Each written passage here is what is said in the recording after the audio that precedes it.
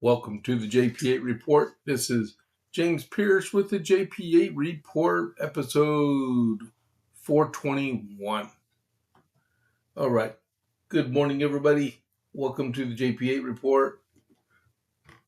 Pretty good day. Did that turn and burn. Get to talk to Rachel for a little bit. She'll probably be hitting the sack pretty soon. She works night shift right now, but that's my daughter, my middle daughter.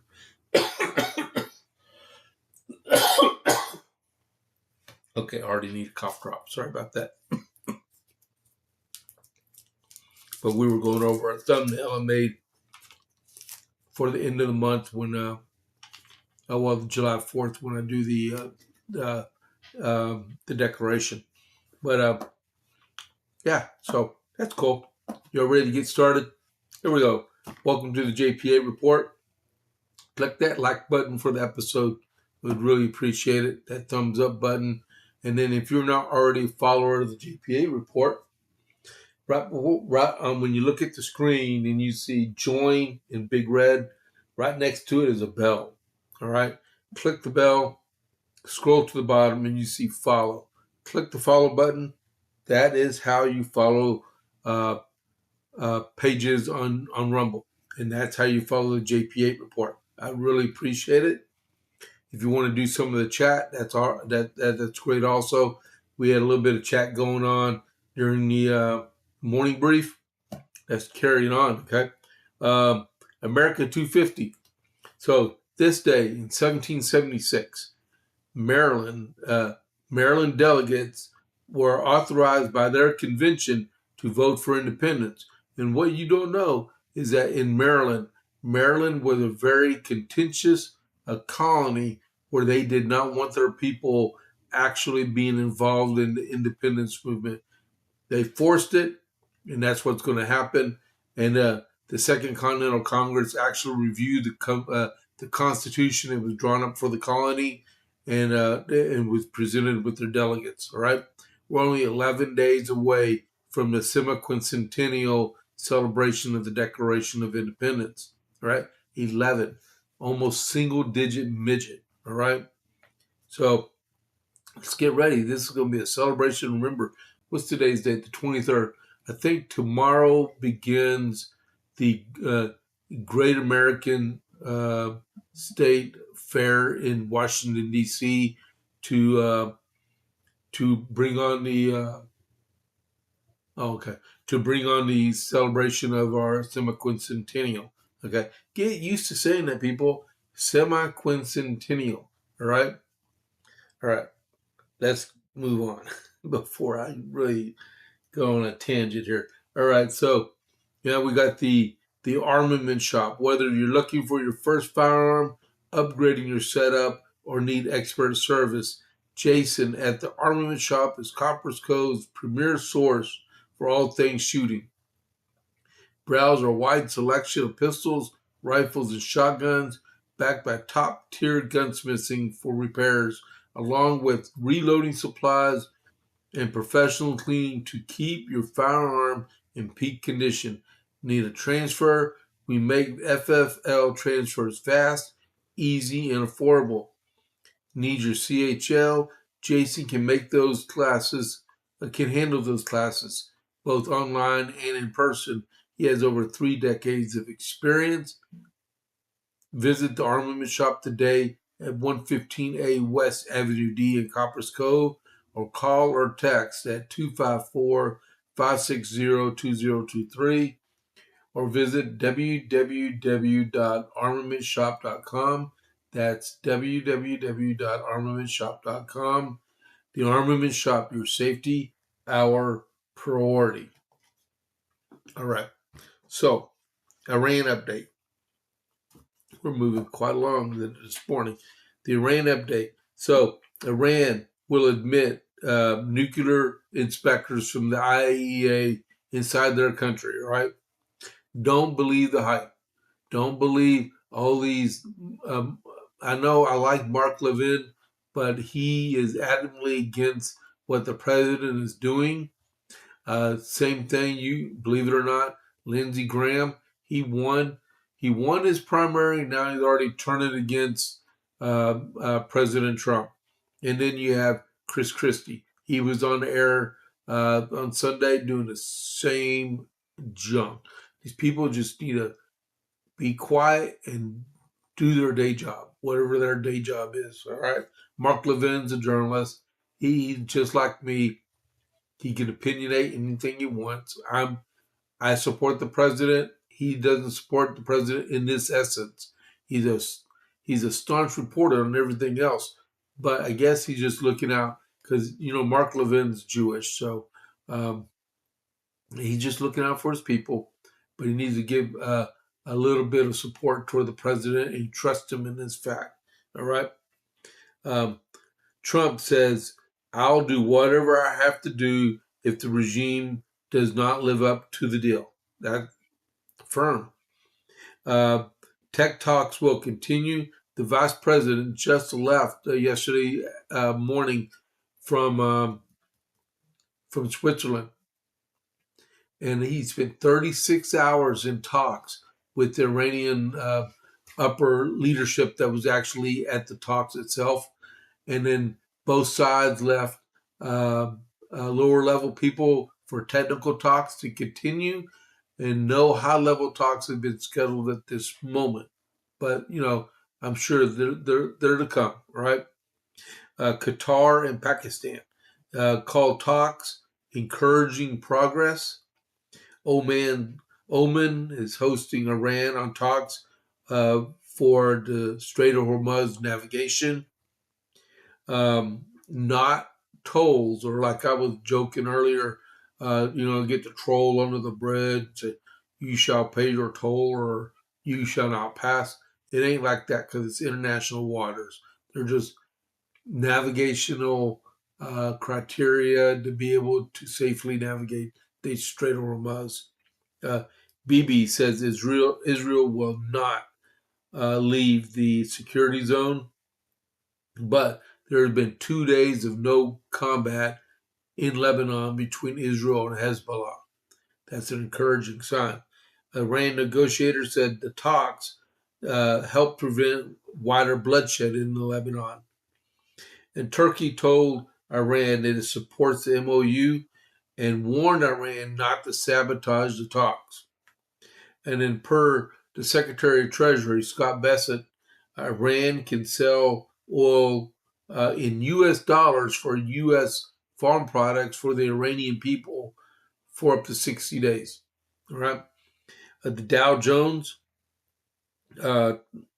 closed yesterday up 148.01 to 51,712.71. That's less than 300 points away from all-time high. Wonder if they'll make it. The stock market opens up in 22 minutes. We'll see. Okay. West Texas Intermediate, about 7:15 my time this morning, was at $73. Oh, matter of fact, it was 15 minutes ago. I forgot to write it down on here. But West Texas Intermediate was at $73.56 a barrel. And the benchmark, Brent crude oil, was at $77.52 a barrel. All right. That is the Iran update for this morning. All right. Let's move on with the JP8 report. We're going to talk about the Supreme Court first. First thing is first, on the Supreme Court this morning at 8:30. At 8:30, SCOTUSblog.com goes active. That's their chat service, not the Supreme Court, but it's a journalist organization. They start chatting. It's 8:30 my time, so 9:30 Central Eastern. At 10 o'clock Eastern is when opinions will be starting to be released. There are 17 opinions left to be released to the American people from the Supreme Court, and they got on their calendar. I told everyone yesterday on their calendar, it shows that their opinions are going to be released today and Thursday, and also on Thursday they're having a conference after the opinions released, and those conference decisions will be released to the public on Monday, June 29th. All right. There were Yesterday there was a conference notes released from Friday, so that's what I'm going to go over first. So, do you all know what milk carton kids are? If you don't know what a milk carton kid is, because most milk these days are sold in those plastic jugs, right? So I wish they could digitally imprint those on those jugs. That would be a really cool deal. But on usually on half-gallon cartons of milk, they put missing and exploited kids on the back of them. Well, this stems all the way back to 1979 when a little kid, 6-year-old kid, no, nine, yeah, 6-year-old kid was walking to a school bus stop in New York City, and he disappeared. His name is Etan Patz, right? He out of nowhere in 1979. He disappeared, right?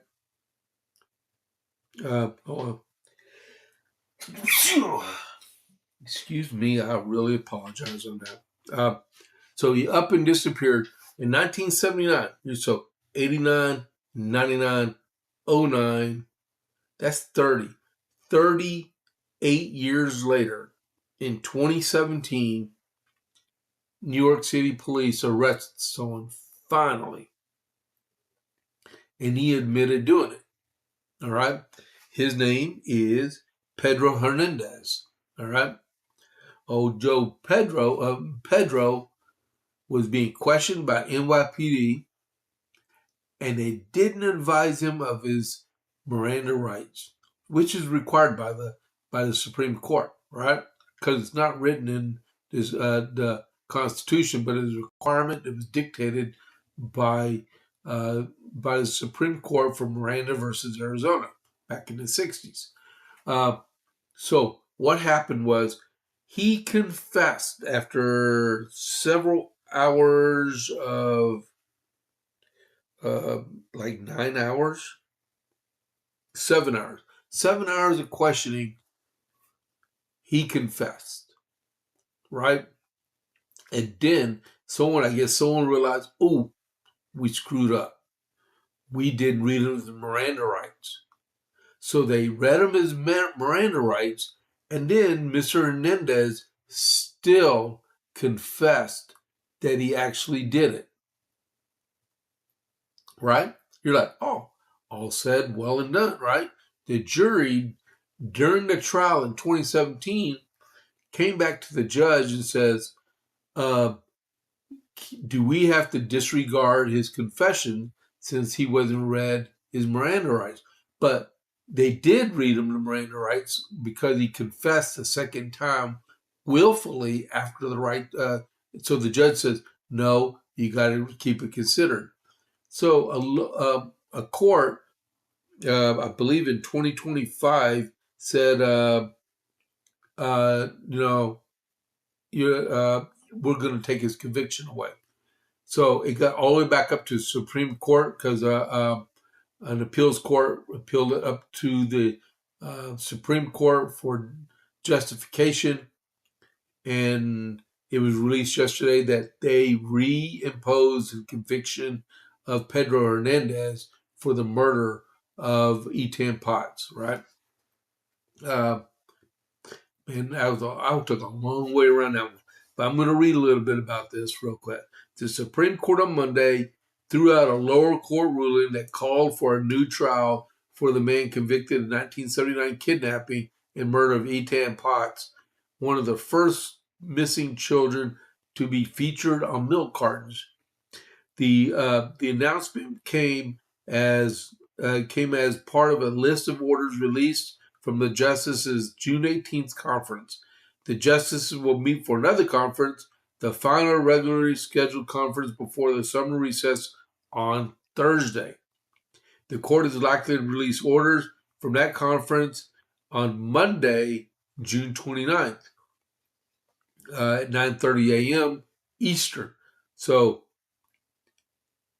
if I get to see that on Monday, I might be able to actually report that on my broadcast on Monday. If not, it'll be on Tuesday. In 1979, 6-year-old Ethan Potts disappeared while he was on his way to the school bus stop in New York City. He was never found. Potts' case was among those that led to the creation of the National Center of Missing and Exploited Children.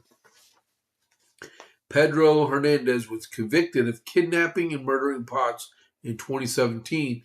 The trial relied on Hernandez's confession, which he had first made at approximately 7 hours of police questioning, during which he was not advised of his right under the Supreme Court's 1966 decision in Miranda versus Arizona. Man, I just said all this. To remain silent and have an attorney present. Police officers then provided Hernandez with a Miranda warning, after which he confessed again on video, the confessions that prosecutors used at Hernandez's trial. While the jury was deliberating, it asked the judge whether it should disregard Hernandez's confession after he received his Miranda warning if it concluded after his confessions before those warnings were not voluntarily. After the judge responded the answer is no, the jury deliberated for another week. It eventually convicted Hernandez of felony murder and kidnapping, and he was sentenced to 25 years to life.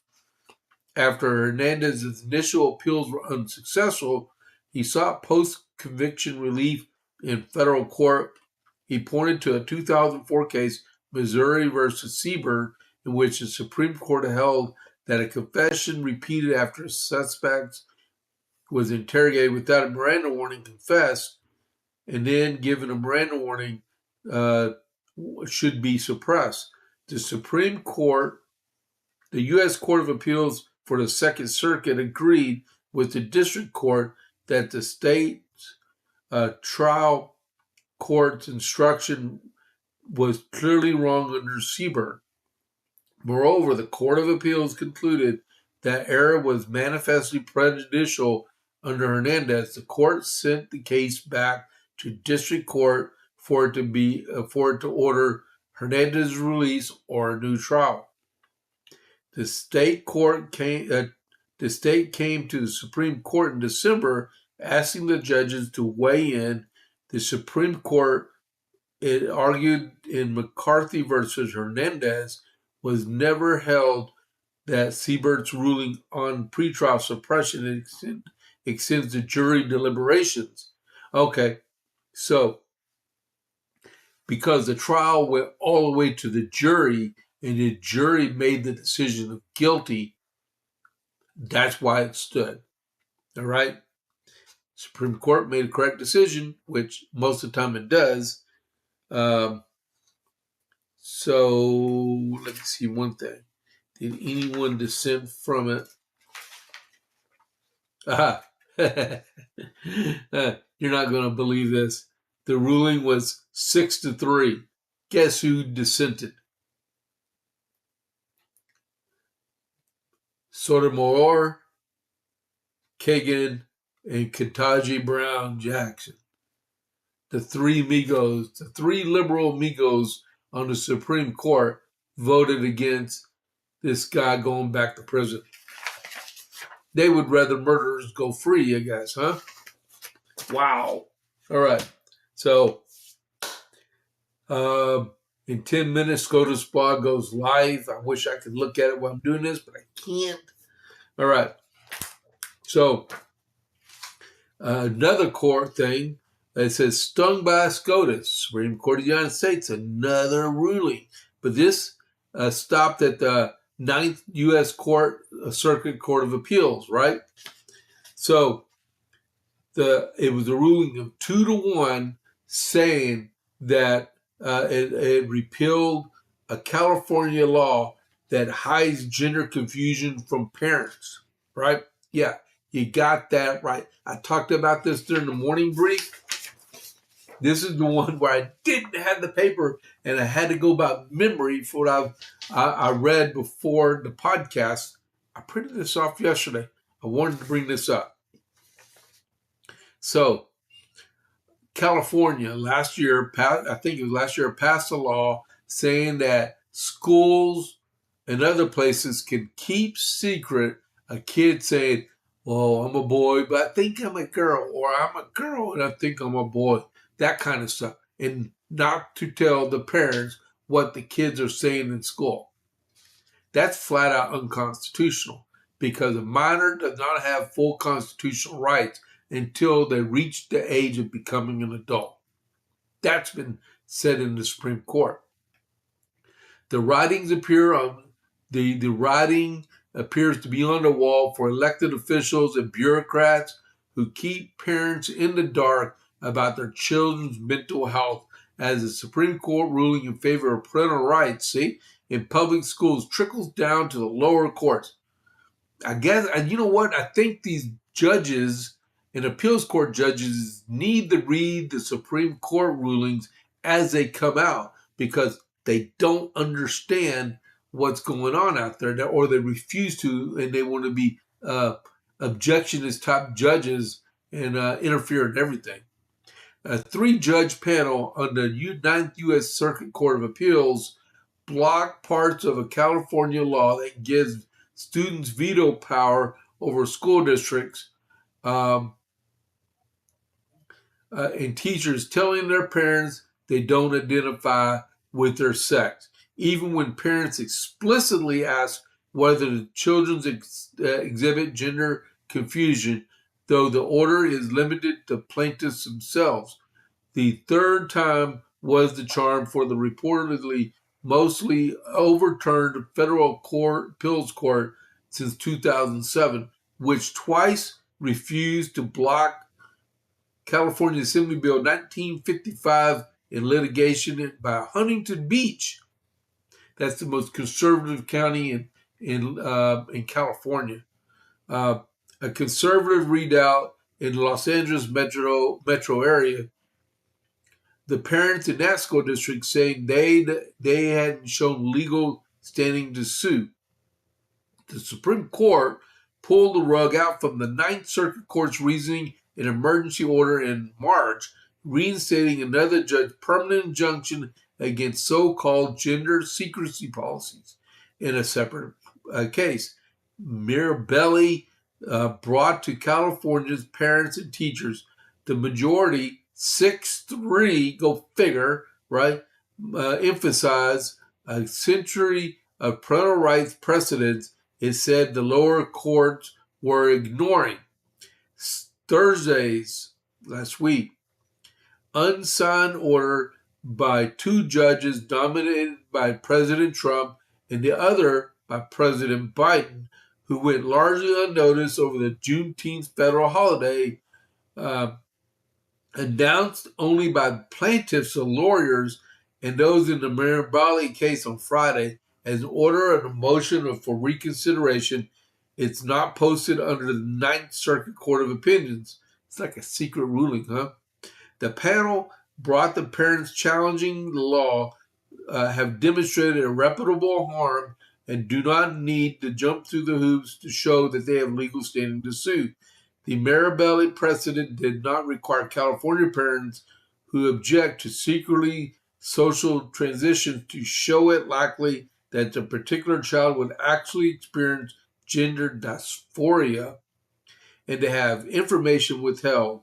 The California Attorney General Rob Bonta and other state officials wanted the panel emphasize. The Huntington Beach parents are likely to prove the Golden State, which is California, violated affirmative due process rights not to be shut out of participation in decisions regarding the children's mental health, including gender dysphoria, the order says. It is the second federal appellate victory for America's First Legal, which represents Huntington Beach and the parents based on Mirabelli. Just follow the law, you stupid judges. The Supreme Court says you can't do it. Make the correct rulings instead of making people spend hundreds of thousands of lawyer dollars to make it more legitimate. You're going to get the same ruling. Man, all right? 2-1. 2 Trump judges, 1 Trump judge. 1 Biden judge. I have no idea how Schiff and I forgot the other guy. But these attorneys, these senators did not blue slip these judges. But I'm glad they did. All right. So, ongoing into, Ricky, I see that you're here. Thank you. COVID for Life is there. If you feel like chatting, get in there and chat. Rumble, which shirt I'm wearing, designed the live chat for Rumble to get people more engaged with what's going on in the podcast. So let's do it, okay? At the same time, click like for the podcast. And then if you're not a follower, please click that little bell right by the red button that says join. Click the little bell arrow all the way down to where it says follow and click follow for the podcast, okay? I would greatly appreciate that. All right. So the day, South Carolina, New York, Utah. There are primaries and runoffs going on in those states. In South Carolina, there's 2 congressional runoffs, and then for the Georgia's race, you got Pam Evett versus Alan Wilson. Both of them are completely endorsed by President Trump. He put out on Truth Social that both candidates are equally qualified and meet his standards. So he said he's good with either candidate becoming governor of South Carolina. Now, Pam Evans is the current lieutenant governor in South Carolina under Henry McMaster, and she selected Henry McMaster Jr. to be her lieutenant governor. And I think she'd probably be a better governor, per se, than Alan Wilson. But that's not my call because I'm a Texan. All right? So y'all make the correct decision. In New York, you got the DSA people. Okay? You have DSA. It's on the march. And this is what I was calling about on the title of the podcast. DSA is on the march. They are fixing their sights on Democrats they can take out. Okay, Nadler ain't running again. I believe he's in 13th district. They got a socialist in there that she's running for his seat, and then in Dan Goldberg's seat, he's running for re-election. He got kicked out of a coffee shop the other day because they recognized him as a Jew, and then they said he's not welcome, and they're refunding all of his money and kicked him out. Harmon Dillon over in the Department of Justice is filing a civil rights lawsuit against that guy. So, but this morning on Fox, about 5:30 in the morning, I was watching news, doing prep for the show, right?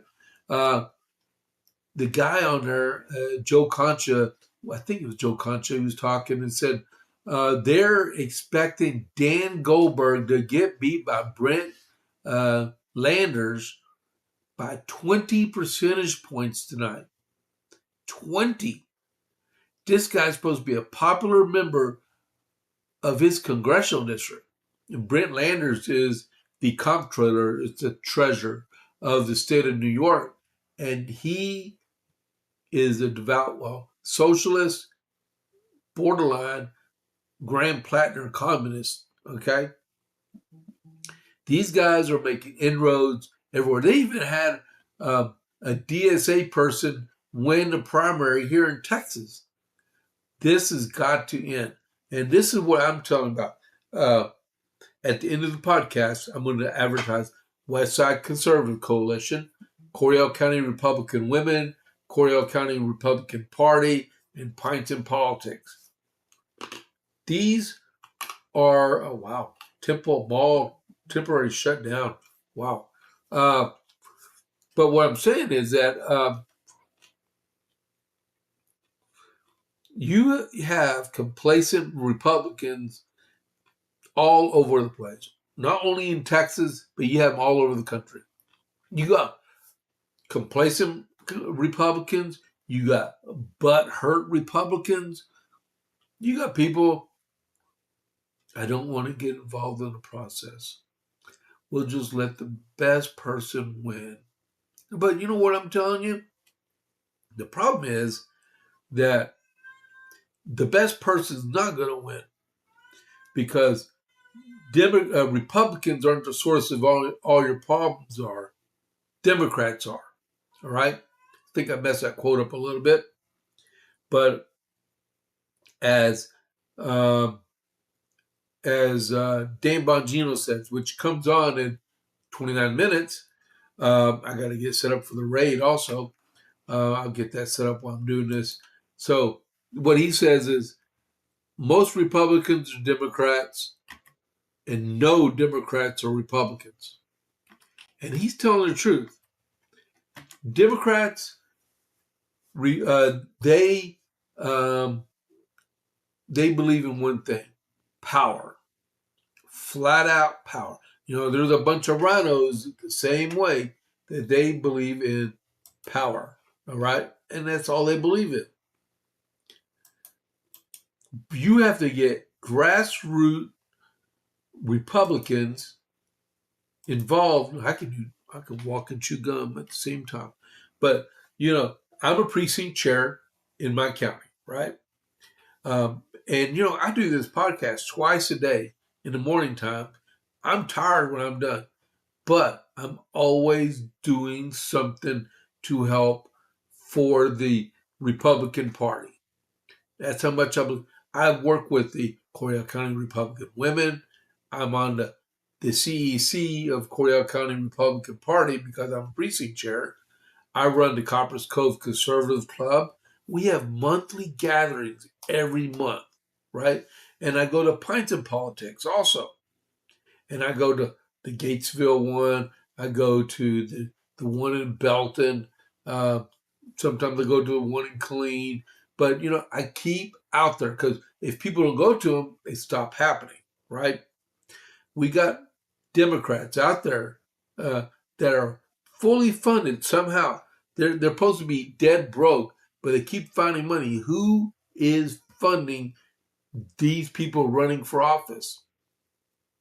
Because we need a chance. We need Republicans to get out there and write those checks or get on WinRed, fund these candidates, get out there, knock on doors. We need the Save America Act. That's one thing the Democrats and these socialists are taking advantage of. In many parts of the country, you can do mail-in ballots. We still see mail-in ballots come across election returns, even in Coryell County, not as much as before, but not like in California and Oregon and Washington. And there are states that automatically mail ballots to every address of a registered voter. And in some of them, you have almost 2 solid months before election day to cast a vote.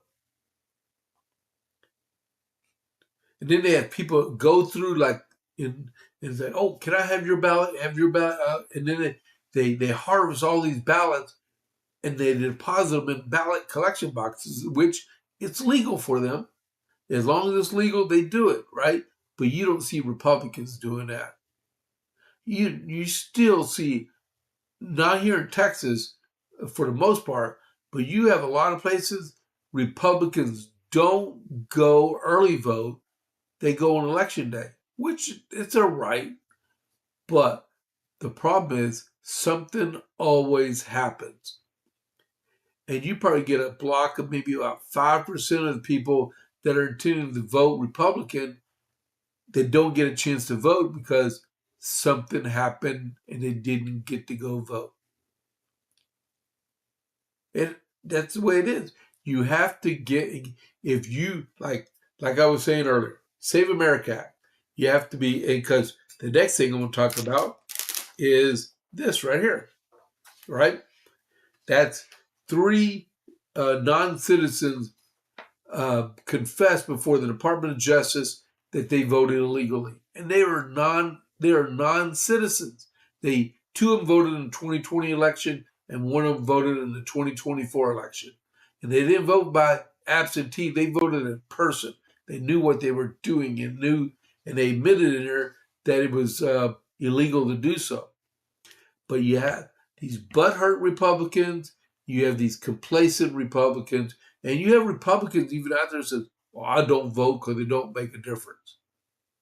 And then when all this happens, you have Democrats, socialist Democrats, that just walk away with the election.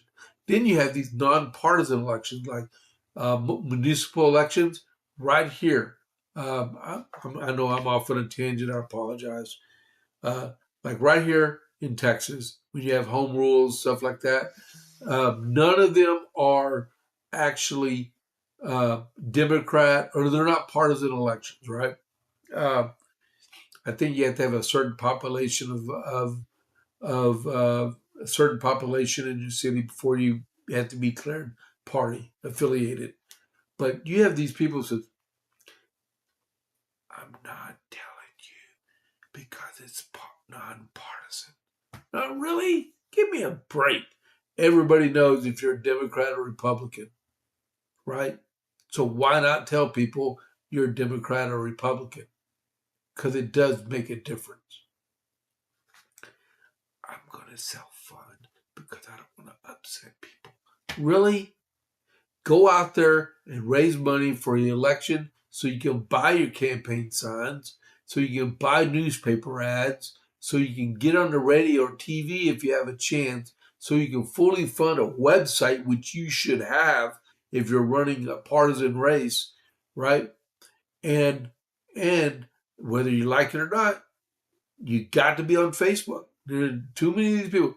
I don't do Facebook anymore. It's evil. Well, you know what? It's going to help you get elected, right? X. Stay off of Sky Blue or whatever, Blue Sky or whatever. Go to X. Go to Facebook. Make campaign commercials on ScrewTube. Use them. Make them on Rumble and share them out. That's what you got to do to win. I did not serve 25 years in the Army to fight against socialists and communists, right? To allow socialists and communists to take over our country as I get older, right? They are influencing, these socialists influence our kids for 13 years of education, from kindergartner to 12th grade, and they finish up the conversion by teaching them communistic stuff from freshman year of college to their senior year of college. And it's our job as adults to teach them on the truth about their life and about freedom and our Bill of Rights and our Constitution that a lot of us fought for years, right? It's got to happen. If we don't, we're going to lose our country. We will lose our country, because after these DSA fanatics, these communists and socialists take care of the Democrat Party, they're coming for the Republicans. And if we're not prepared for it, we're going to lose what a lot of us fought for and many of my friends died for. All right? All right. So I didn't even need to read this. I printed this off for fun, I guess. All right. What are we looking at? It's already 8:39. All right. So, like I was saying earlier, 3 people admitted that they knowingly voted in federal elections despite not being eligible to vote. The Justice Department on Monday, which was yesterday, said 3 non-U.S. citizens in Florida have confessed to knowingly voted in federal elections despite not being eligible to do so. Federal law requires voters to be American citizens in order to vote on the federal level. 3 non-citizens voted in Florida, and 2 of them admitted to voting in the 2020 federal election. And the third, a Brazilian, voted in the federal election in 2024 after becoming a lawful permanent resident. Voting in federal elections is one of the most important rights and responsibilities as an American. That's what I was saying, right?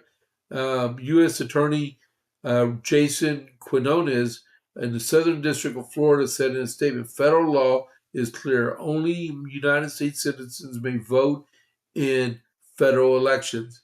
And these defendants admitted that they knowingly violated the law. The Brazilian name is Moises Lima Jr., the Haitian, his name is Gordon Lewis, and the Cuban is Roberto Figueredo. One way to solve this mess is the Save America Act. Wait a minute. I had a gavel in just like Vince does, right? But so the Save America Act, I'll just name 3 of the things on there. Photo ID to vote. The next, you must be an American citizen, and it's easy to prove you're an American citizen to register to vote.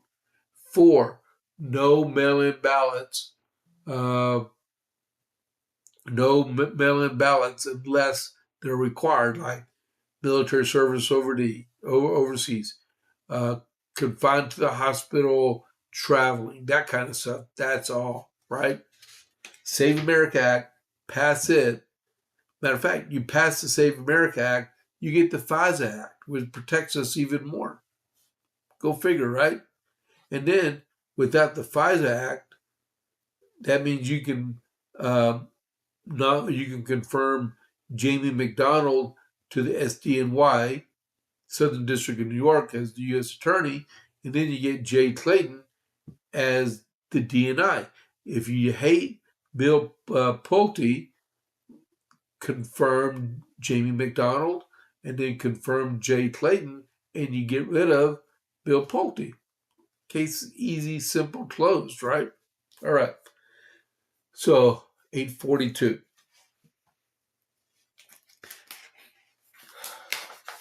Hope I'm clear as mud. Hold on, let me give me some tea in my blackout tumbler. Look at that, 1776, We the People.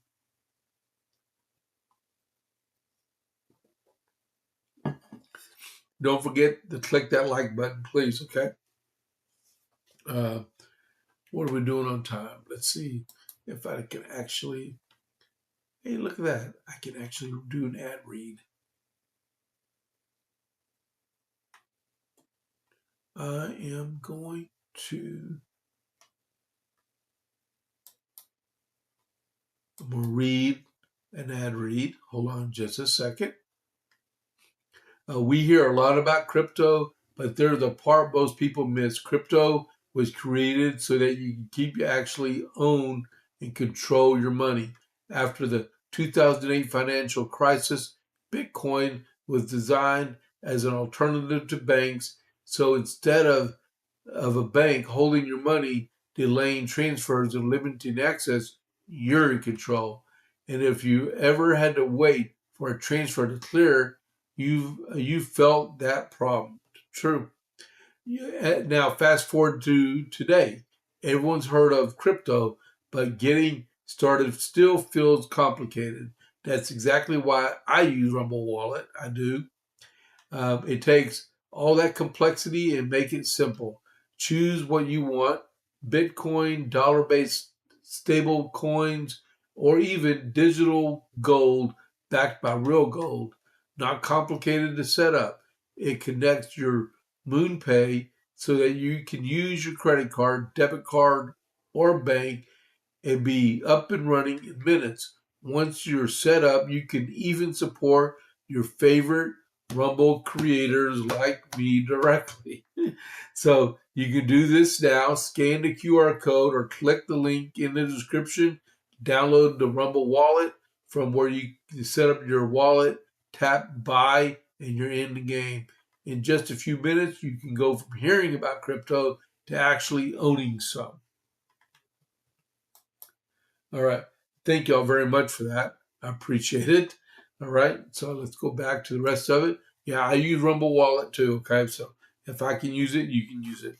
Now, the Senate passed a bipartisan housing bill yesterday. This is a Trump-supported bill. I can't believe what's his name, Chucky Schumer, actually agreed with the president about a subject matter, which is unbelievable, right? Um, so yesterday they finally passed it. It was passed by the House earlier in the year, but what am I going? Oh yeah, so it passed 85-5. 85-5, and passed the United States Senate.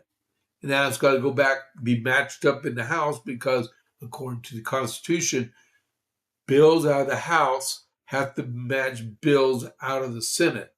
And when they match word for word, then they go to the president. The president has 14 days to sign it or veto it. If he doesn't sign it, it automatically becomes law. But he signs it and it becomes law, or he vetoes it, right? Then it's got to go back to the Congress, and they got to override it if they can. Usually, they don't have the votes anymore. But yesterday, this one passed 85-5 for the president. Got to go get matched up. Then it goes to the president. Well, he's going to sign it. What the bill is the bipartisan housing bill.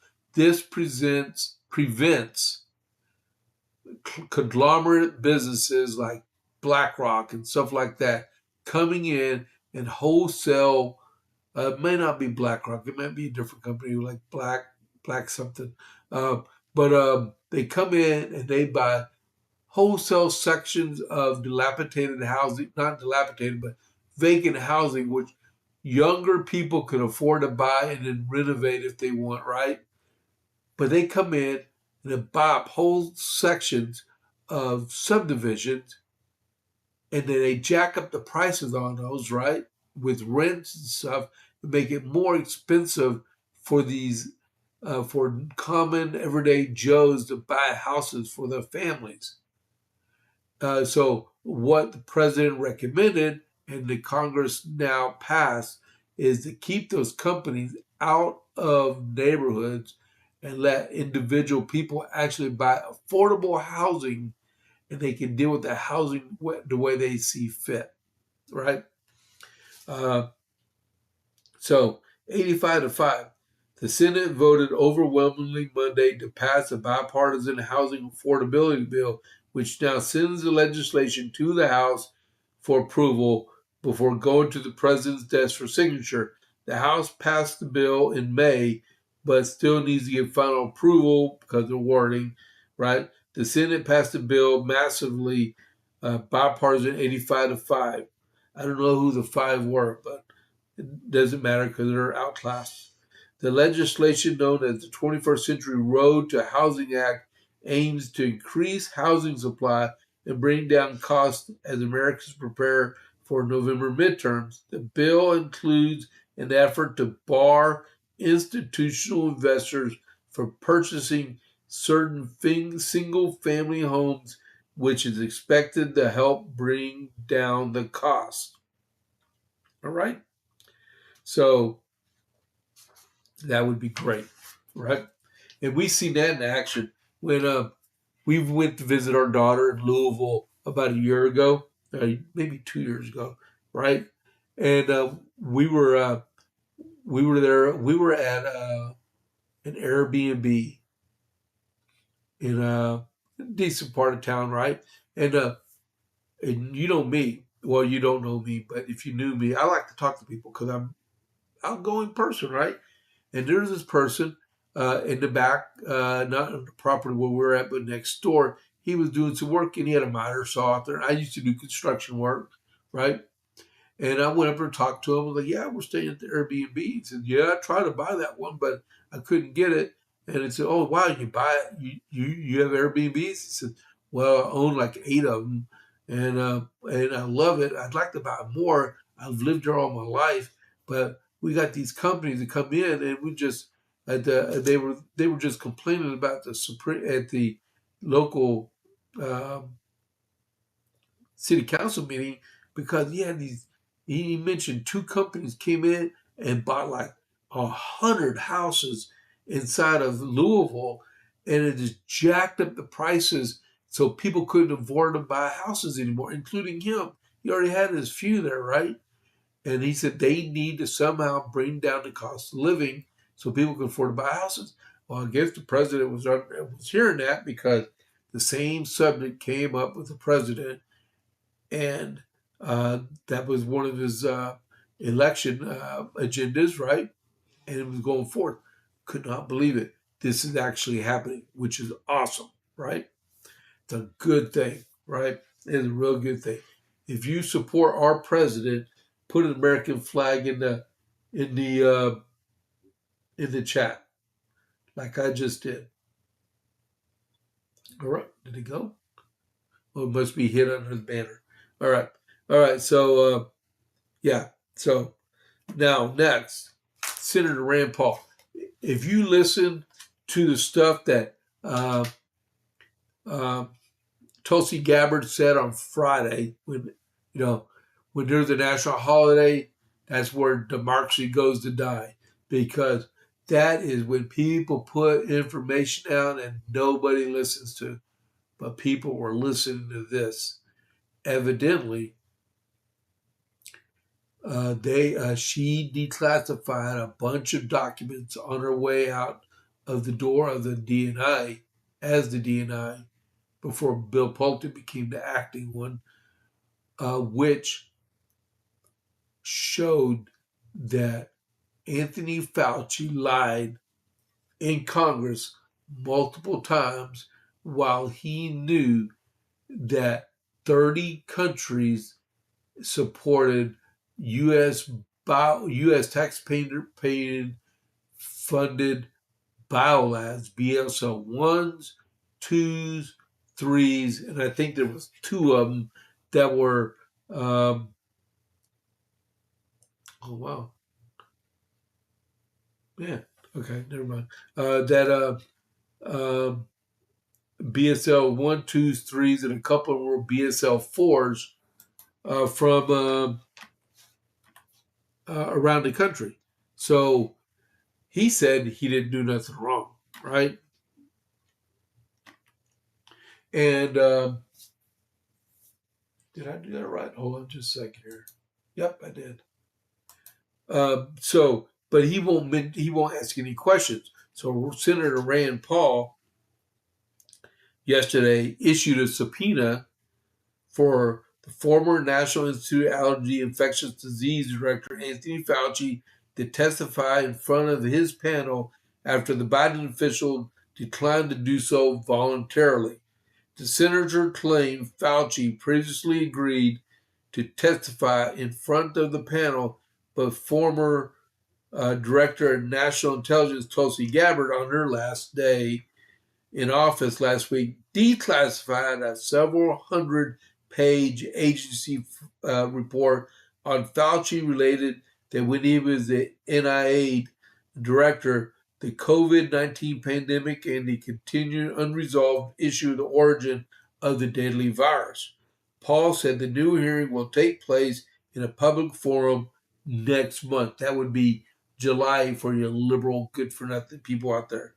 Last week, Anthony Fauci notified us he will not, all caps, voluntarily testify before the Senate Homeland Security and Government Affairs Committee, even though he had previously agreed to do so. Therefore, today I have issued a subpoena requiring him to testify before the committee in public next month. And he's expected to question Fauci on whether he lied to Congress during the pandemic about whether his office had funded gain-of-function research at the Wuhan Institute of Virology in China, which we all know he did, flat out, right? Despite the evidence of a potential lab leak sickening workers at the Wuhan lab, Fauci has continued to double down on his claim that the COVID virus has emerged naturally from a wet market in the same area as the lab, not a leak from the lab itself. Really. You can believe a lie all you want, Dr. Fauci, but you're going to be found out. I might not like everything Rand Paul does, but he's got you on this one.